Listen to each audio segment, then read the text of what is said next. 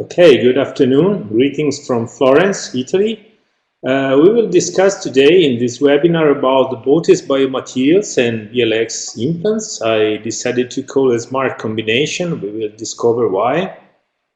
In this article of Daniel Buser from 2016, we show that we have some primary goals in implant treatments like success, of course, high predictability, long-term stability of the bone and all the soft tissue, and a low complication rate. But we have also some secondary goals in the treatment with implants: to have the fewest possible number of surgeries, to have low pain and morbidity during the post-op, short healing period, and short overall treatment time.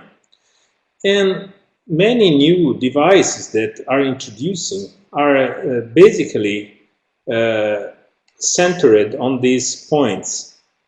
And in the last period, we are talking about immediacy, and normally we intend with this term an immediate insertion of the implant, and immediate restoration, and immediate loading. For me, as an ITI fellow, and for many other friends, sometimes it looks a little bit too fast and a bit too furious, I think, this approach. But in reality, we have many cases, like the case of Sabrina, that she has this kind of situation, hopeless dentition still in a young age, and to have the possibility to reach a very high primary stability in poor bone quantity and quality with these new devices is something very challenging, because we can directly pass from a failing dentition to a new, and like in this case, just in one day. So it's quite attractive to have this kind of new devices, and not all the implants are so smart for reaching a primary stability in poor conditions. For example, I still use a lot of tissue level implants, but we have no possibility to make a sub-preparation of the site, and the shape of the implant is not dedicated for immediate loading. A little bit an improvement was the introduction of bone level implants. We have the possibility of a very little sub-preparation, and we have a little bit more aggressive threads. Better with a BLT implant, because we have the possibility to sub-prepare the site in a most active way. But the new devices, the BLX implant, has a specific design to reach a very high primary stability since from the apex. Because, for example, when we work with BLT implant, we have the main area for primary stability is the most coronal area. On the contrary, with the BLX implant, we have the possibility to reach a very high primary stability in the first threads, and then to increase the stability with the conical core of the implant. Immediate placement is still a challenge for most of clinicians, and as we go back to our knowledge as ITI members and fellows, we know that the advantages of immediate placement are not so many. We have a reduced number of surgical procedures, a reduced time, and an optical availability of existing bone. But on the other side, we have a lot of disadvantages or potential disadvantages. And very often we have to find a good primary stability, not in an easy way. We have a potential risk of lack of keratinized mucosa, and we have very often to adjust some procedure like grafting procedures. And another bad side of this approach of immediate placement is that, as we know, we cannot stop the resorption of bone. So the implant placement failed to preserve the hard tissue dimension after extraction and implantation. And we knew from recent and variant papers that the dimension of the buccal plate is a critical factor, because if the buccal plate is less than 1 millimeter, we have a very severe resorption that is around 3 or 5 times greater instead of the bone that is thicker than 1 millimeter, more than 1 millimeter. Unfortunately, in the frontal area, that is the most challenging area for us. Most of teeth sides present a buccal plate that is less than 1 millimeter. So we have to consider a possible resorption even if we place an implant immediately at tooth extraction. For all these reasons, we have to consider that if we want to place an implant prosthetically driven in healed site, very often we have to graft with hard tissue and soft tissue to maintain the X of the implant and the three-dimensional position of the implant in a good situation for the prosthesis. At the same time, when we make a fresh socket implant and we place an implant into a socket at the moment of extraction, we have to consider the buccal plate resorption. So we try to put the implant a little bit more palatal and more deeper. And very often, in both situations, we have to consider to graft with hard tissue and soft tissue or both. The botiss regeneration system presents a lot of different products for hard tissue and for soft tissue. And when we look to the hard tissue, my decisional tree consider also the possibility to mix or to use just autologous bone. We know that autologous bone is our gold standard, but unfortunately, even the autologous bone, it resorbs quite fast and quite much. So sometimes we decide to mix with some bone substitutes. And in the botiss portfolio, we have the Max Resorb, that is a synthetic product that is very much indicated where the bone healing is easy or very predictable or even spontaneous, like it can be in the sinus augmentation or into the sockets. But as more the defect is challenging, as more a bovine product like cerabone can be more indicated in my personal experience. Especially we can decide to mix the autologous bone with the bovine bone to obtain some induction from the autologous bone and some volume maintenance from the bovine bone. And the soft tissue became one of the most important factors in our practice with implants because most of the complications after osseointegration are related to the quality and the quantity of soft tissue. The possibility to the patient to keep clean, the biological complication, but even the aesthetic complication are very much related with the soft tissue. And our gold standard, again, is the connective tissue from the patient. We have a lot of good side, but we have still some adverse factor, like the limited quantity. In some patients, it's not enough, this tissue, for many sites.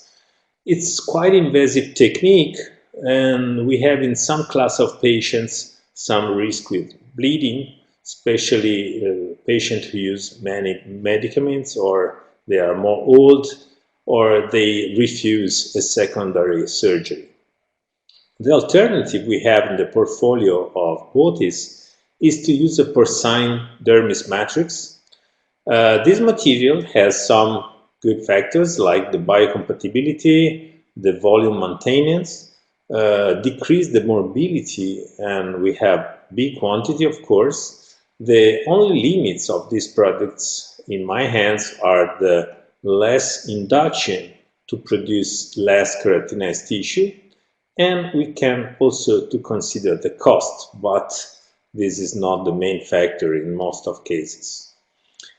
And the features of this dermis matrix are that we have a rapid revascularization and integration into the tissue of the patient. We have a complete remodeling into the patient of tissue. The resorption is quite long, and this is very interesting, even to use this material in some cases as a barrier, and can be easily shaped, applied and fixed with many different devices. Let's see, for example, this case of fresh socket implant. This patient have a hopeless premolar in the mandible. This is the shape of the socket that is quite wide in the coronal part, so the BLX implant was able to reach a very high premacy stability using the apical part of the implant. And this is a possible combination that I use very often to use a healing abutment who keep a little slice, a little disc of porcine dermis matrix. Due to close the space of the socket, in this case I didn't use any biomaterial, just use a blood clot, and the healing is very predictable.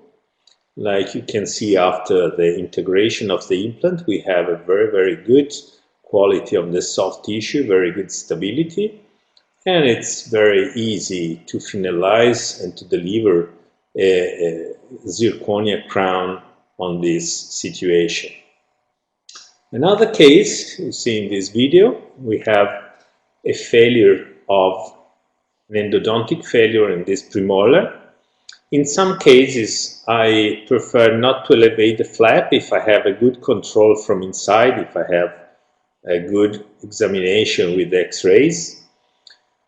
The drilling technique with BLX is very customized.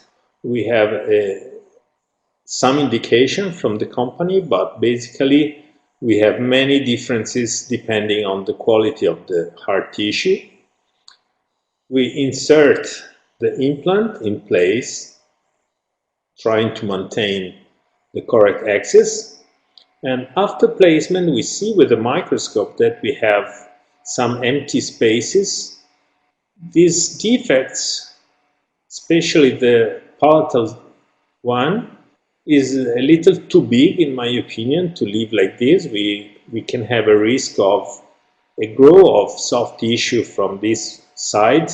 So in this case, I prefer to use a biomaterial to prevent resorption, to stabilize the blood clot, and we can control with this biomaterial the possible proliferation of the soft tissue. So we try to keep the biomaterial into the bone level, and after that I want to stabilize it. I want to avoid that the granules can come out during the healing. So I want to seal them, and in my experience, this little disc of porcine dermis matrix is very smart technique, very easy. It doesn't require a special skill of the clinician. The only important thing is to have a very good stability of the material and try to expose less part as possible of this disc. We try to expose just a little area and to maintain a bigger area under the periosteal tissue. You can see the healing is very natural, very fast after 1 week, and even in this case you see that the quality of the soft tissue is very nice, and we don't see granules of biomaterials that come out from the tunnel of the implant. The same thing we can do in multiple roots teeth, like in this molar area in the mandible. We have to extract the tooth, trying to maintain as more as possible the bone inside to respect the bone quantity. In this case, it was very favorable, the presence of a big septum of bone between the roots. So after extraction and cleaning of the socket, we try to use an implant directly into the septum, and this is quite favorable with BLX implants because these implants maintain as more as possible the bone. We have a very high sub-preparation of the site. It's a cutting implant, so we can maintain the socket just for the core of the implant, and then the threads will cut, will enter and drive the implant inside the bone. So we enlarge, not too much, with the drills, just to have a favorable insertion of the apical part of the implant. But then the threads we will go on to cut and to open a way for entering. So we see that the 4.5 millimeter implant, or 5.5, I don't remember, we guide the implant to cut and to insert gently into the septum, trying to control the axis. The stability is huge, so very often we need to go on manually with a ratchet, and we can control the stability. If it's too much, the recommendation of the designer of the implant is to go back and forward until we reach the good stability. You see, in this case, the implant is completely into the bone. We don't have exposure of the threads. So even in this case, I decided not to graft with biomaterial, just with the porcine dermis matrix, with this very simple technique. We just stabilize the healing abutment. We don't want to expose so much of this matrix because the resorption is not dangerous but is not favorable for the healing. So we try to insert under the periosteal tissue the bigger part, the main part of this dermis matrix. And with some stitches we try to keep in place, stable and mainly covered.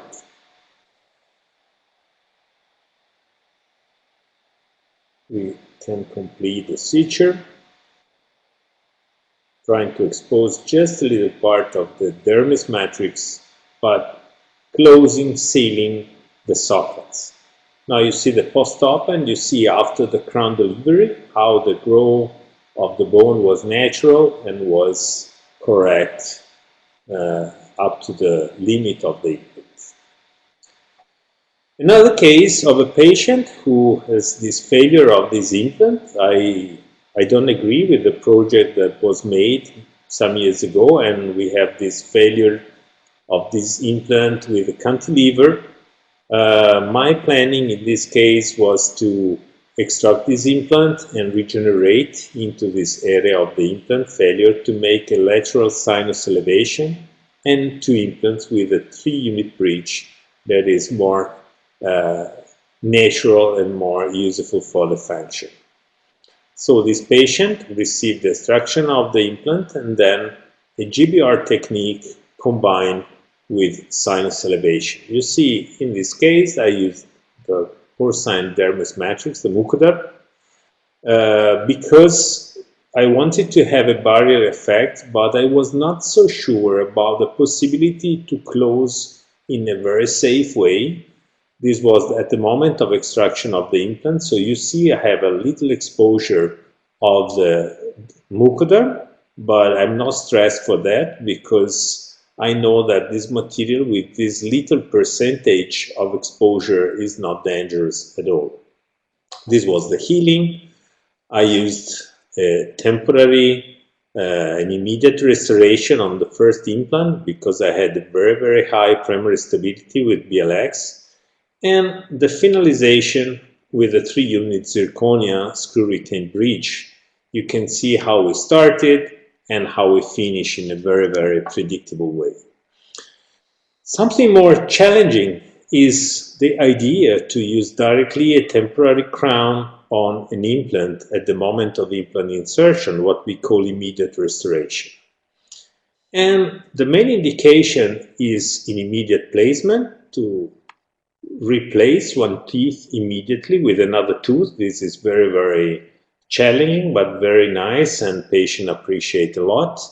We decrease the number of surgeries, we decrease the time of treatment. Patient is normally enthusiastic about this possibility, but to be honest, my main interest for this technique is to maintain the tissue architecture.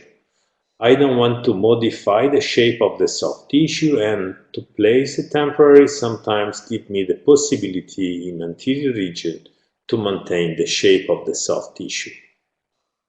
On the other hand, this technique is not for every day, is not for all the clinicians, in my opinion. It requires experience and requires skill, and we have many guidelines for that. Because we increase the complexity, very frequently we have to graft, we increase the early failure risk, and we have a need of very high primary stability, and for this reason, in my opinion, is for skilled and experienced clinicians. My decisional tree for this technique is only in aesthetic side. I refuse to use this technique in posterior area, and I need these 4 conditions you see here. I want to have the possibility of high primary stability. When I say high, I say more than 35 Newton. Absence of lateral forces, for example, in deep bite, for me is a contraindication for this technique. I need compliance. I mean that a patient has to be a good patient, has to take care of my temporary, remember that we are doing something challenging, not routine. And I also have to take care of the situation of hard and soft tissue. If all these 4 conditions are okay, are good, I move in anterior region for immediate restoration. If I have some contraindication like a deep bite, or I don't trust so much in my patient for this kind of treatment, I can move to a very similar situation that is a customized healing abutment. If even the hard and soft tissue are not okay, I have to stage. I have to do in the old style way. That is not old style, is the right way to manage the situation. Let's see, for example, in this case of Elena, that she lives in Florence. She's a Russian lady, and she has this situation: 2 central incisors restored, and one of the 2 central incisors has a fracture. In this case, the patient asked to replace even the natural tooth crown close to the failing tooth. So we have no need to make an immediate restoration. It's enough to make it cantilever with a temporary, and it's less stress, and we can manage in the most easy way. We extract the tooth, we place the BLX implant in the right position, we graft with bovine bone, and we can use a customized healing abutment that maintains the shape of the soft tissue. So we protect with mucoderm, even in this case, and we used mucoderm and cerabone for stability of the bone.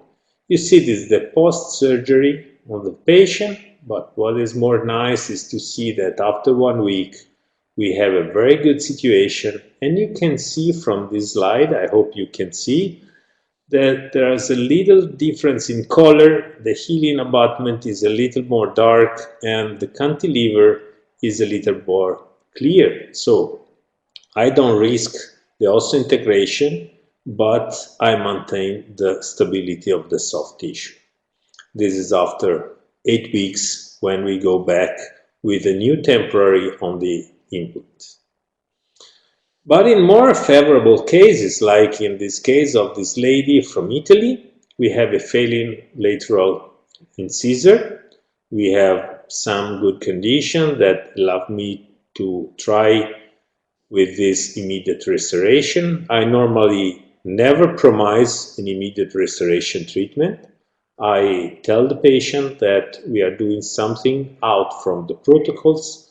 If all conditions are good, I can try to make it, but if we have some different situation, I can make another kind of temporary solution.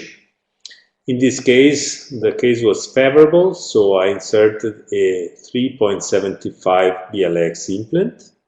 Also in this case, my temporary was protected by a little disc, a little slice of mucoderm. I inserted gently the mucoderm inside the soft tissue, not to be exposed, but to seal perfectly the socket. This is after 1 week. And this is after 3 months, when it's time to remove the temporary and to take a digital impression for the final restoration. And this is the delivery of the ceramic crown that is quite natural. The patient appreciated a lot all the treatment because she never had a problem with the temporary. She never had a problem to stay without the tooth or something removable or difficult or more big kind of temporaries. This is the final X-ray that show a good condition of stability of the crystal bone. Another case, more challenging. This case is a very difficult case. I don't think that we see many of these cases in international congresses, because this case, in my opinion, is very often a failure or a partial failure. This patient has this failing central incisor, but the lateral incisor, if you see, we have a very big resorption and long crown. The patient don't accept to remove and replace this crown on the lateral incisor, wants just to replace the central incisor. She understands that we have many limitations. I show pictures to the patient to show how we have many different levels of the gum. So if we probably just extract the central incisor, the reception of the gum will be worse and worse. We have many limitations in these cases, so we will not have the possibility to have a great success in this case. What we can do in this case is to make a gentle extraction, of course, to place the implant in the correct position with the correct X, to prevent the bone resorption with bovine bone. But in this case, we need a booster. We need something that can bring some vertical augmentation. And when I want vertical augmentation, normally I look more for soft tissue instead of hard tissue. So in this case, I prefer to take some connective tissue from the patient, from the palate of the patient.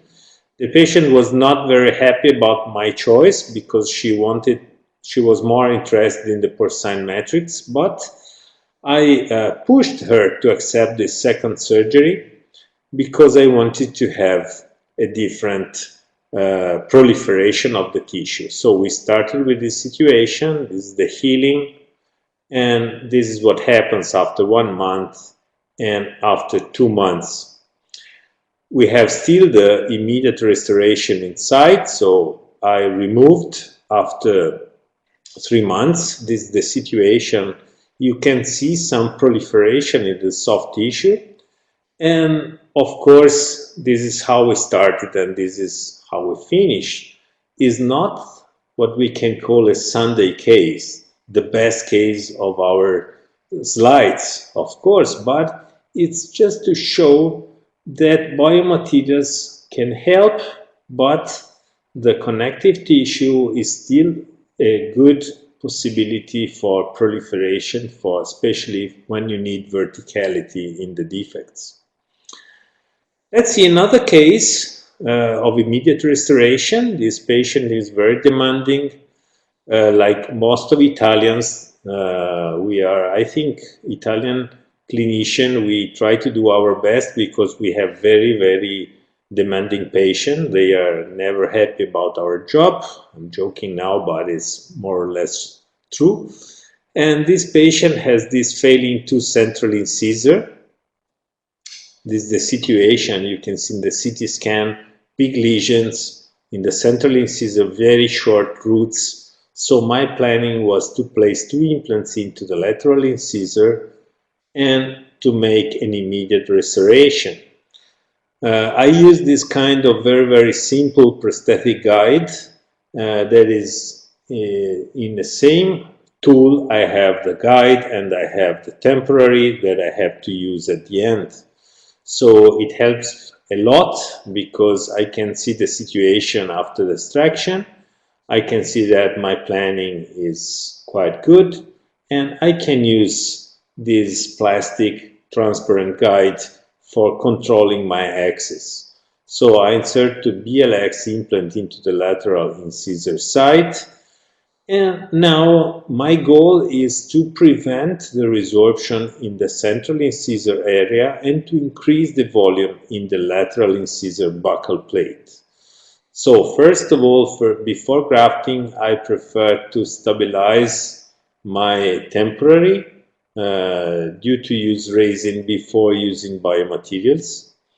And after that, I will use bovine bone in the central incisor area, and I will put several slices of mucoderm or porcine matrix with different indications. In the central incisor, I use as a barrier, and in the lateral incisor, I use as a volume augmentation device. So this is after the post-op, the sutures, and this is after 15 days. I think it's quite favorable. If you compare before and after, you see that the volume in the lateral incisor is more favorable than the beginning. The last application with biomaterials and BLX implants is the possibility to make immediate loading. Immediate loading is not so challenging like immediate restoration. It's something more predictable. We have many basic principles, but we have a long story on this kind of option of treatment, and it's very predictable in many different hands. It doesn't require so much skill and experience. The only important thing, is my opinion, is to have very good teamwork with the lab, because this kind of treatment is not just related to the skill of the clinician, but is sometimes mainly related to the skill of the team. And in this case of this lady, we have this failing anterior teeth. We make our planning with co-diagnostics, where we decide the position of the implant. We see that 3.75 BLX implants are not too big, are not too thin for this kind of mandible. What we plan is 2 tilted implants in the posterior and 3 straight implants in the anterior. For the planning, we use a digital planning. It's not a guided surgery, because when I did this case, it's not possible to use BLX with guided surgery, but it's something similar, in my opinion, because we just use digital devices, and we decide with the technician to make a temporary bridge, and with the same technology to make a prosthetic guide. Due to use the temporary bridge immediately. So we decide the position of the implant with my planning in the co-diagnostic, and then the technician import the project and realize 2 things, the temporary and the guide. You see the surgery. I'm not too fast with the incision. I'm sorry, it's because the video, I didn't want to take too much time with this video, so it's a bit too fast. It's not guided surgery, so I have to see very well. I have to open wide my flap. I have to control the limits of my surgery. I want to see the menionian nerve both sides. I want to control all the possible risk of my surgery. So I have to remove some bone. I have to use tilted implants. And even if I plan with digital tools, I need a good view of the situation. So the first step, of course, is the cleaning of the defects, to remove all these irregularities in bone. And now I check my guide. My guide is originated by a digital project, so it's very good in occlusion with the maxilla. And I only have to use the guide and remove and put again and remove and put again during drilling, because I want to respect the position, but of course I have to respect the anatomy of the patient. So I insert the implant. Also in this case we reach a very high primary stability. If the stability is too much, we can go in both directions until the stability is good, because this implant is more than one implant, is one device, is one tool, because we can make different kind of stabilities. After the implant insertion, we place the filling, we place the abutments, and again, I want to use some bone substitutes to eliminate all these irregularities of bone. So I want stability in long term. So my choice is bovine bone, cerabone, because I want to have the stability in long term of this area. And I can use again for dermis matrix, in this case it's mucoderm, because I want to use a barrier that can be in some condition. I have the possibility that it get exposed, even if I don't want that it get exposed, but you see it's in direct contact with abutments. In this case, I also used endogain, that is another booster for healing.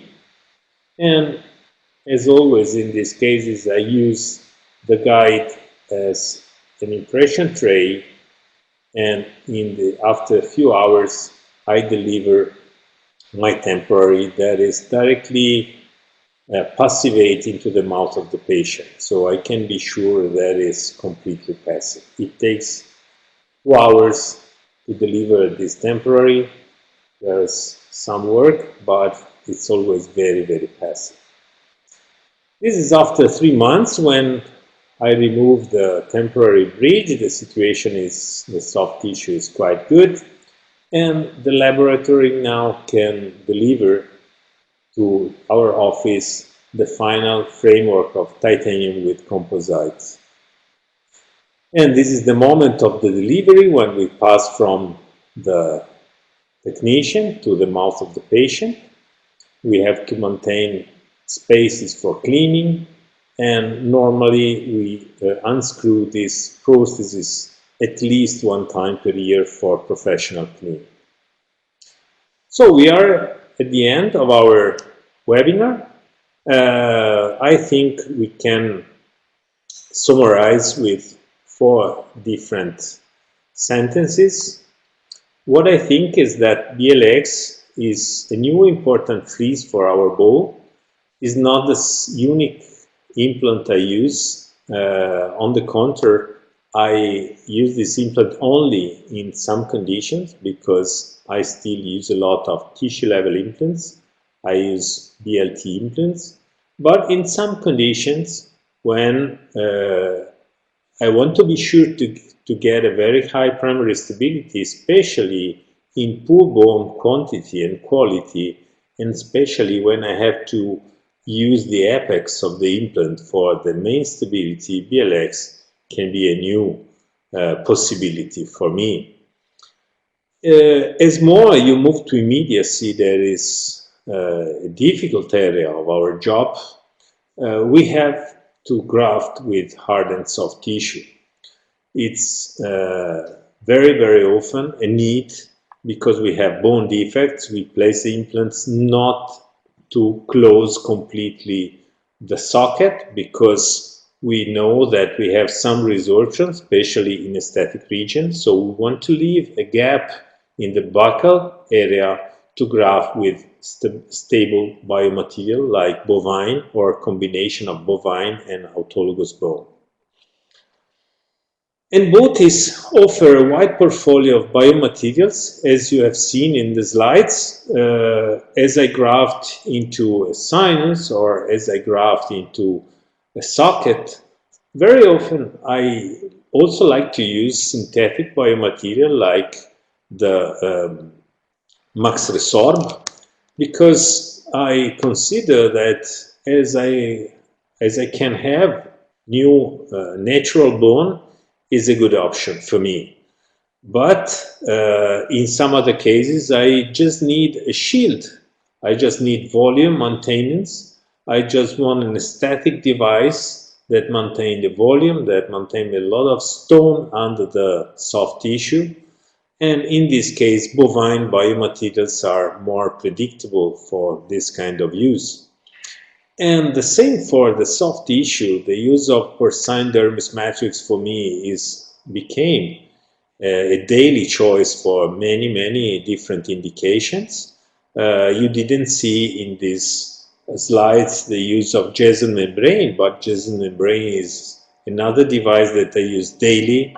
It was not in the slides because when I do immediate loading, immediate restoration, normally we have the need to maintain exposed the implant, and this is the reason why I didn't insert this biomaterial, this very interesting membrane, into my slides. But when I do a GBR, especially for 6 months or more than 6 months, Jason membrane is of course my first choice.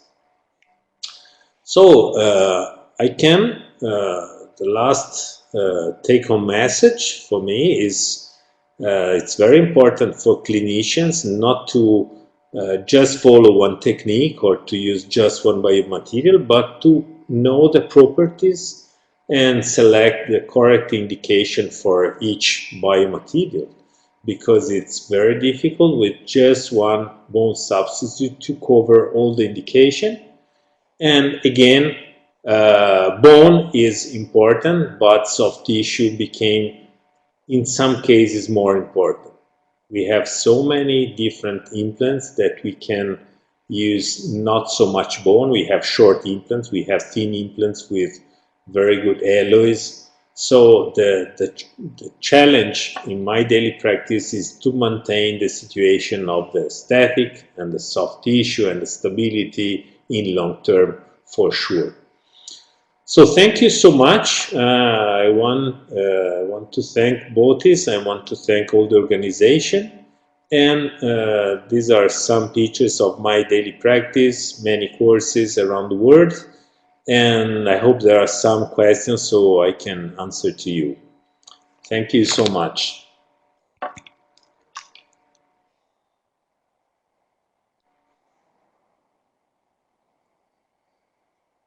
I see the questions. Jacek, great presentation. Do you have any experience when it comes to using mucoderm in combination with Enoge? Yeah, thank you, Jacek, for this question. I'm using very often the combination of mucoderm and endogain. We have some data in some papers who allow this expensive combination, let me say. But the results I'm seeing with this combination are very interesting. We are doing a study with other two friends, Luca Bonino from Italy and Nicola De Angelis, still from Italy, and we finished the cases of the study we are doing with botiss and with Straumann.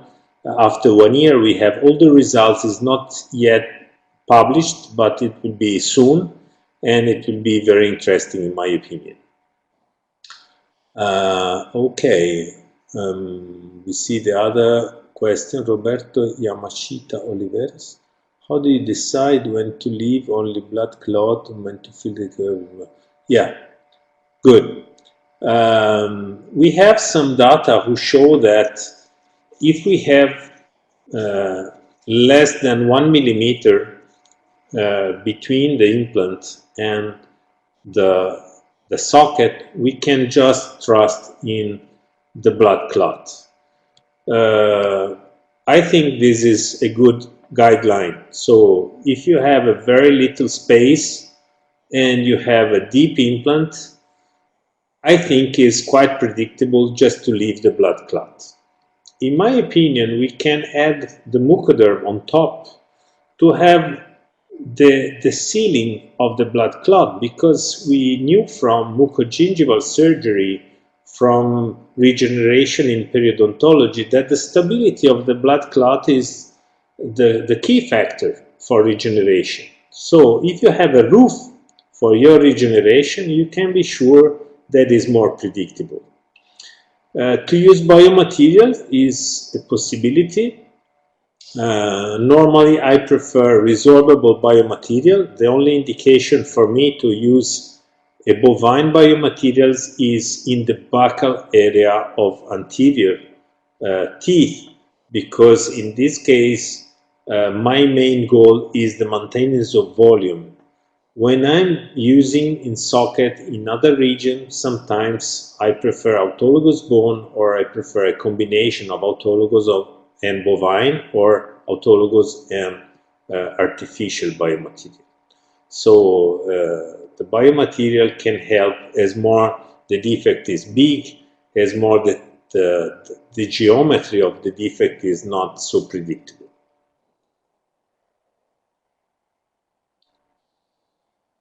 Another question: how do you decide when to use mucoderm and when to use soft tissue graft from the palate? Yeah. Mucoderm became more frequent in my office for grafting in the soft tissue. If I could have the connective tissue with good quantity and low mobility, I would prefer, of course, the connective tissue is the gold standard for sure. But for me, as I want to maintain the post-op problems under control, I select the cases for connective tissue only in case that I want to have more keratinization or more proliferation in a vertical direction.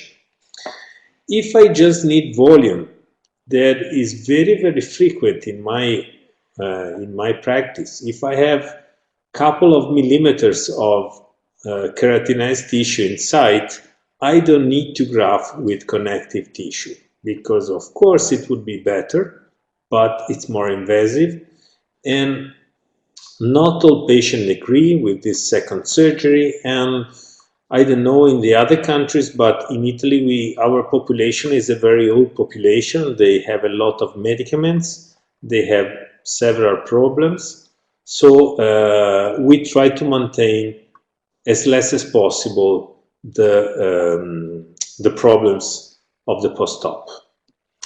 There is another question. Thank you very much and congratulations. Very clear. See you at study club.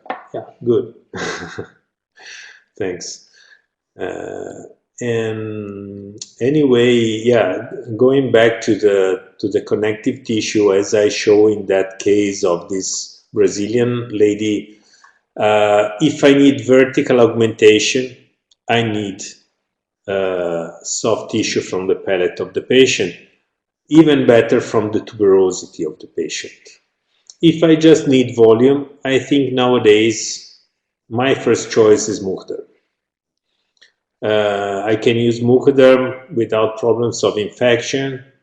I can cut, I can stabilize, I can use in big quantities, in little quantities. It can be a good carrier for endogain. So many good indications for my practice, not just with implants, but also with the soft tissue around teeth. The only need is to have a little amount of keratinization. If there's no keratinization at all, in my opinion, the indication is for connective tissue.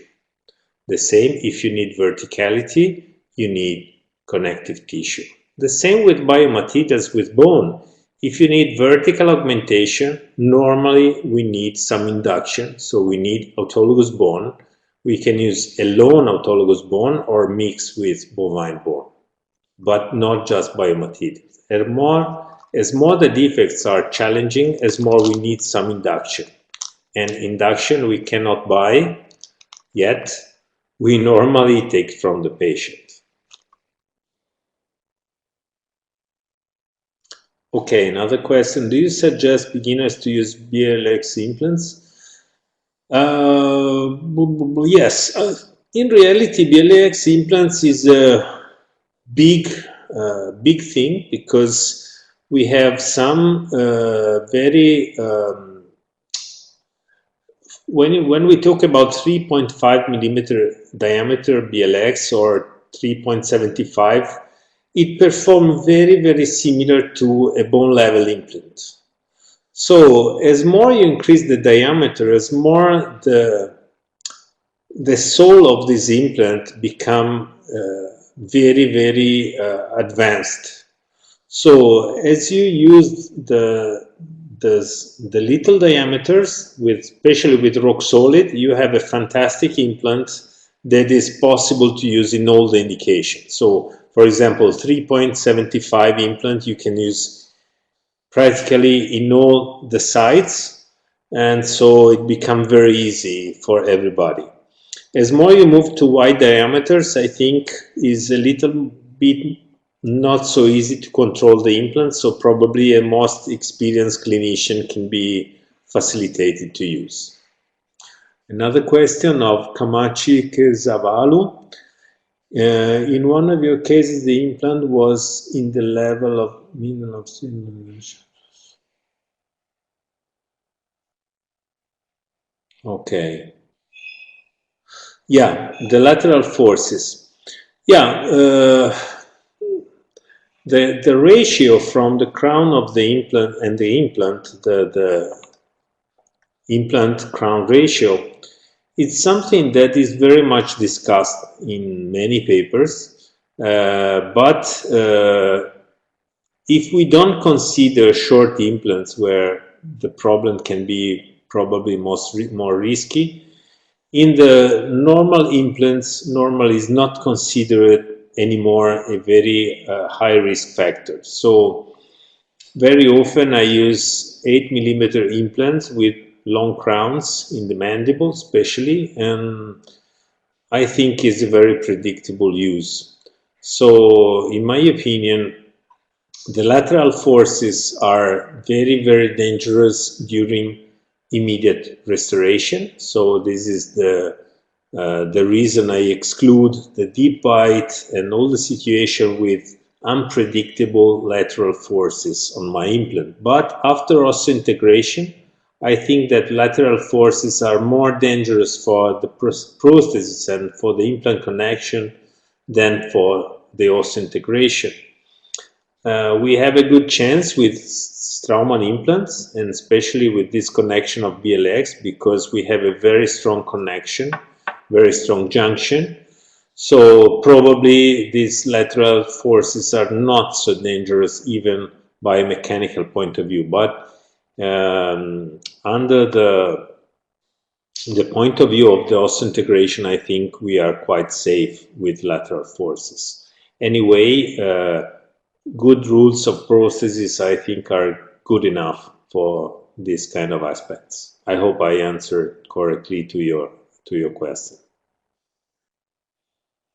Another good side of BLX implants is the possibility to have a single junction, a single connection for all the diameters, all the prostheses. So probably one beginner can have this good choice to have a single little number of pieces of transfer of healing abutment for all the situation.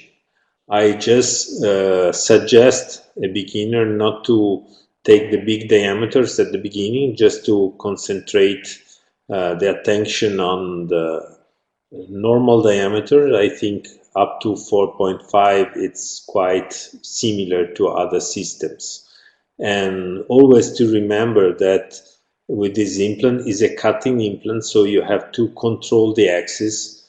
Normally we don't force an implant in the neck, we just follow the socket that we did, but with this kind of implants we have to maintain the axis during insertion because it's a cutting tool, so it can take even different direction during insertion. This was something that we are facing very often. It's not a problem, it's just something a little different than the other implants.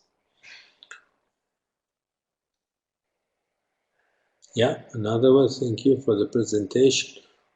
What is the parameters that decide if we need to increase the volume? Yeah, parameter for the soft tissue increasing normally are aesthetic parameters. If we just need the soft tissue. About the hard tissue, you know that you need at least 2 millimeters of stabilized bone in the buccal plate in the vestibular area. But for the soft tissue, sometimes it's different. Sometimes it depends also the biotype of the patient. But in the last years, we are more focused on increasing with soft tissues to have a similar aesthetic of the opposite side, for example. Let's imagine, for example, in case of an anterior tooth that is missing since some years, even if we have some bone to place a narrow diameter implant, very often the situation in the soft tissue is different, and the soft tissue is the framework for our tooth, is the frame for our tooth. So the aesthetic depends a lot on these aspects of color, keratinization, volume, level of the soft tissue. So all these factors, we have the pink score, for example, in the paper that show a lot of points we have to take in mind.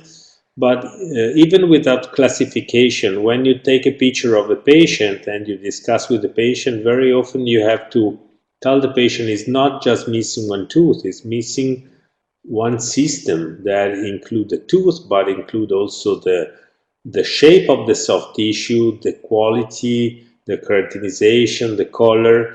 If we just place a tooth, after we have another aesthetic problem, that is the frame of the tooth. So it's not very easy to standardize this aspect. I think we have to study the case in the correct way. We have to take the picture to discuss with the patient in front of the picture, because the patient, normally the patient, but even many colleagues, they just see the bigger problem, but they don't see all the rest. And I think that when I work, for example, in other offices, normally other clinicians don't tell me that the quality of the soft tissue is not good. They just talk about bone. I think in the 2020 that we are facing or later, probably we have to discuss more about the quality, the aspect and the volume of the soft tissue, because we have very, very good implants, even short implants, narrow implants. So sometimes we use less implant than in the past. So we have to concentrate very much in the aspect of the soft tissue to have a good aesthetic. And another good aspect of the soft tissue is that if we want, for example, make a vertical augmentation with hard tissue, we all know how difficult and how invasive and how sometimes unpredictable is to obtain a vertical regeneration of hard tissue.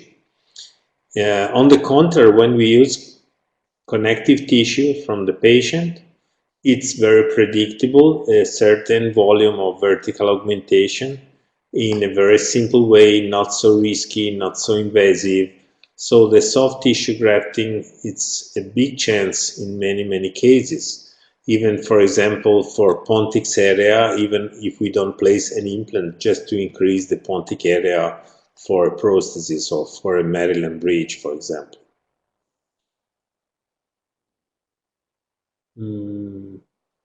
I think from this question, Ritter has long time back self-cutting implant. Why implant became late?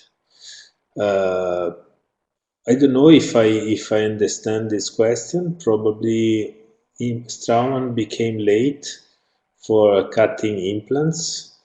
I'm sure that Straumann became late to this field, and for many of my colleagues, it's yet not time to have a cutting implant.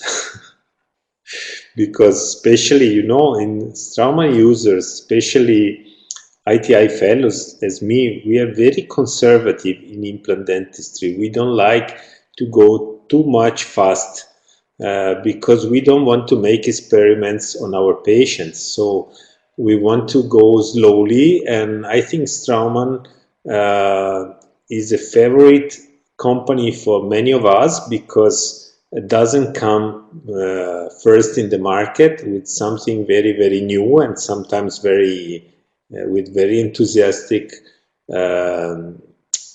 things, but we don't want to make experiments. So I think it was time to have a more aggressive implant, but I still don't use for all the indications. So I think that to become late is not a bad side, in my opinion. It's better to become in the market when something is more acceptable by a scientific point of view. This is my personal point of view.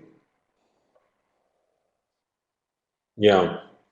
Yeah, I don't know Ritter. I think in Italy probably is not present. So good for Ritter if they are very good success. I think I'm more than happy if this road is already sure. Uh, you know, the designer of BLX implant has a long story with this kind of implants from Israel. Many different companies. He designed implants for many different companies, so the experience was for sure something positive. It's not so easy for us that we come from tissue level implants to join this kind of philosophy, but you know, to have different tools for different requests of the patient sometimes can be good. I don't think that we have to abandon what was made in the past. In my opinion, everything works when you have the right biological principles. You cannot buy the biology, you can just buy some devices and you can apply when you know the biology and probably everything works. This is not science, this is philosophy, I'm sorry.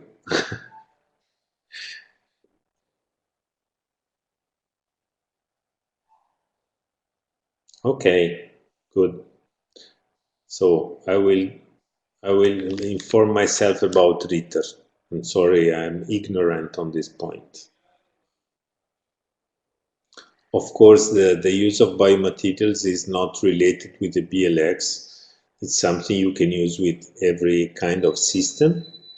It was only the combination that, in my opinion, when you use immediate placement or immediate restoration or immediate loading, very often I feel the need of use of biomaterials, not just for the hard tissue, but sometimes even more for the soft tissue.